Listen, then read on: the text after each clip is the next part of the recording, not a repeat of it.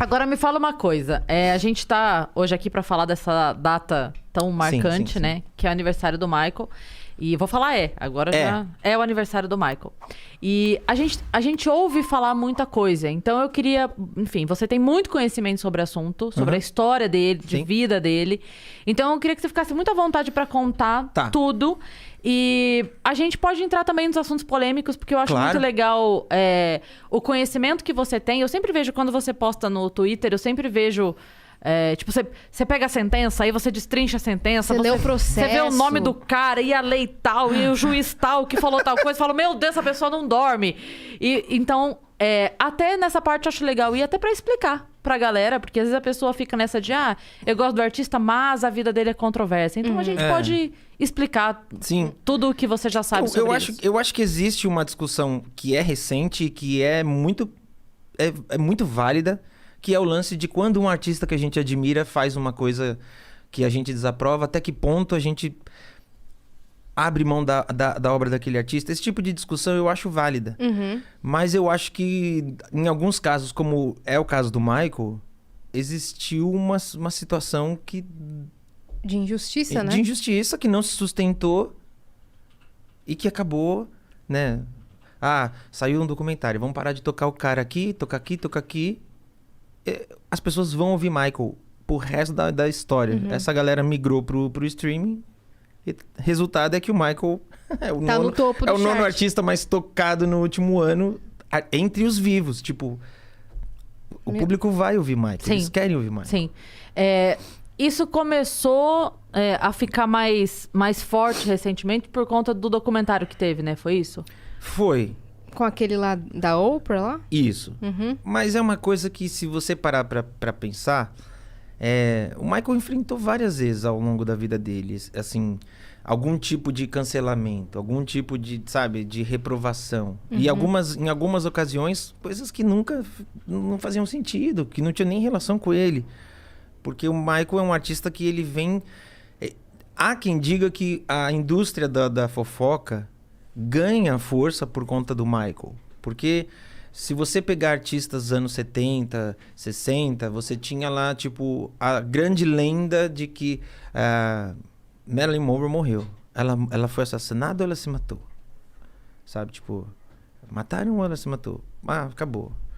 Aí o Elvis não morreu, ele está escondido. Então tinham esses tabloides e tal. No caso do Michael, a história... ele ainda era muito novo quando começaram as histórias e um monte de especulações e tudo mais. Então, sempre que saía uma especulação, uma parcela do público desaprovava e outra entendia que aquilo podia ser só para vender. Então, o lance do documentário, ele meio que é o pior ponto, porque é um assunto muito sério. O cara não tá mais aqui. Com declarações muito sérias. E de um assunto que é tipo... Eu acho muito bizarro como alguém chega e fala, vou fazer um documentário. Fala, pronto. E vende como uma verdade, sabe? Porque não tem um depoimento de alguém do FBI. E o FBI, isso é um documento também que é público. O Michael foi investigado por 20 núcleos diferentes do FBI por 10 anos. Sim. Com quebra de sigilo de telefone, bancário, virtual. Ele teve HD... computador, tudo investigado. Entraram em Neverland e reviraram todos os... O Michael tinha um acervo, ele tinha um cinema, então ele tinha um acervo de vídeo que foi... Demoraram muitos anos investigando e a conclusão é de que não há traços do crime. Não há nada que ligue o indivíduo Michael aos crimes que acusaram. Porque uma coisa que as pessoas precisam entender é que, assim, independente dele ter feito um acordo no primeiro caso... e até o ponto que ele foi julgado no segundo, nenhum desses momentos, se fosse encontrado um vestígio, o Michael seria processado e ele seria levado... e se fosse comprovado, ele seria preso.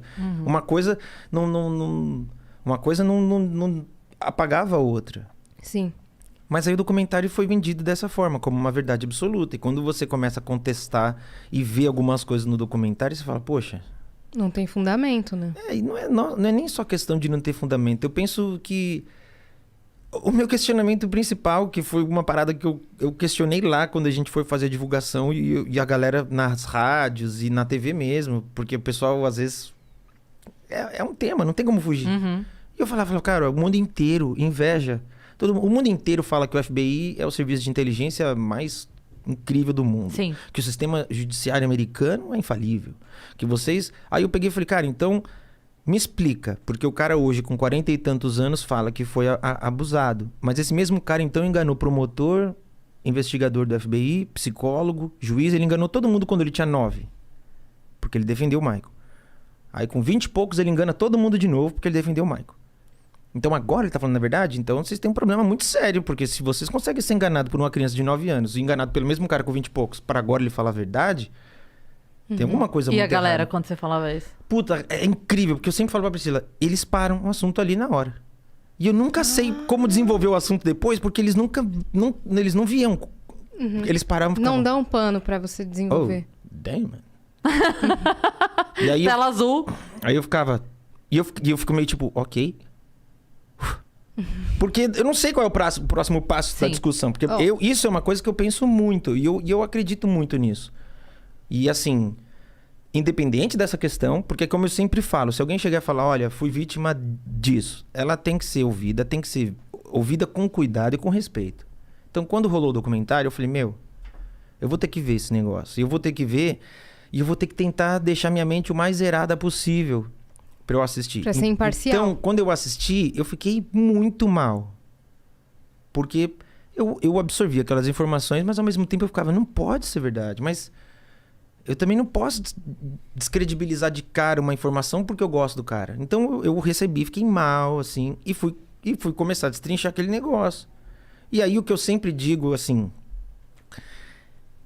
Isso é ao redor do mundo, tem um monte de lugar. Inclusive, tiveram países que compraram documentário e depois não passaram porque acharam que foi vendido como um documentário, mas não é bem um documentário. Porque tem uma narrativa muito... são 4 horas, que nem eu tava falando na rádio, pô, são 4 horas, e aí eles ficam mostrando o Michael ensaiando, cantando. Aonde isso, sabe, de que forma isso colabora pra contar uma história de uma maneira, sabe? Então é nítido que eles têm uma narrativa que conecta a gente com aquele Michael que todo mundo conhece e gosta, e aí depois tenta quebrar, e aí é tudo muito fake a forma que é feito. Porque tem informações que depois eles tiveram que assumir que estavam erradas.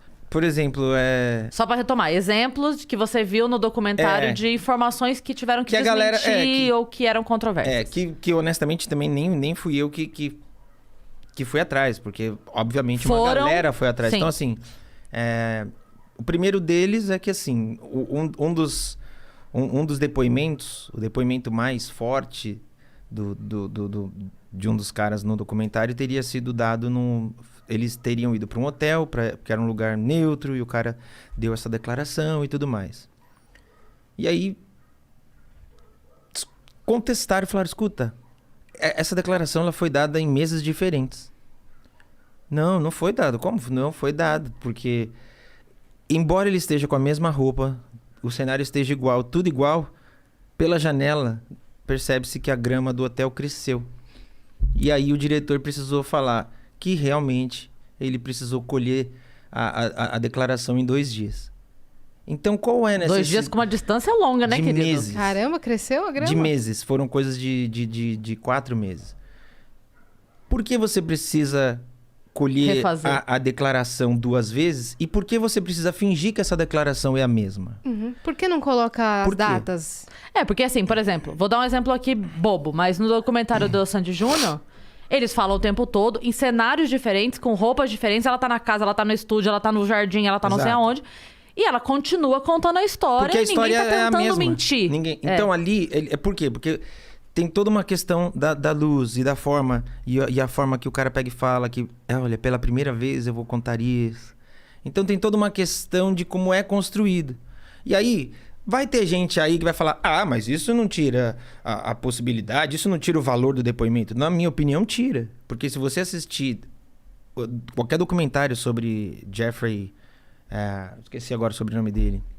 Enfim, Harvey Weinstein, que é o maior caso de assédio da história de Hollywood. Harvey Weinstein, o Jeffrey Epstein, o R. Kelly, Bill Cosby. Se você vê qualquer documentário sobre esses caras, 10 minutos que você vê a vítima falando, você dá uma pausa, te embrulha o estômago.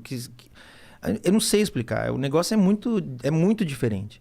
Então, quando você já tem que criar um contexto que não se sustenta e você tem que assumir que está errado, eu já questiono. Tem uma questão que o rapaz fala que o abuso aconteceu numa parte de uma propriedade de Neverland, que a partir daquele ponto ele nunca mais pisou em Neverland, só que aquele lugar que ele conta não existia na data Neverland, que ele diz que... Porque ele fala que aconteceu o abuso na estação de trem. O Michael tinha? Não. O Michael ainda está em Neverland, né? Você está sabendo coisas, Rodrigo. Ele te contou isso quando? Não. É que assim, Por onde? Neverland tem uma estação de trem que é uma réplica da estação de trem da Disney. E o menino falou, olha, fui abusado dentro dessa estação de trem. Só que a data que a partir desse ponto, ele parou, ele nunca mais frequentou Neverland. Só que, nesse momento, não estava nem aprovado pela prefeitura a construção disso. E aí, quando foram contestar de novo, aí o diretor falou, não, pode ser, realmente, pode ser que tenha havido um erro aí e tal. E aí o diretor, ele afasta a responsabilidade dele. Não, eu só dirigi, não dei a depois, não fui, eu passei, eu posso estar errado. Só que eu penso que é muito sério então, isso. Peraí, o cara falou que ele foi abusado. Tipo, eu fui abusado nesta data, neste local. E este local, nesta data, não sequer existia. Não tinha nem aprovação da prefeitura para a obra começar.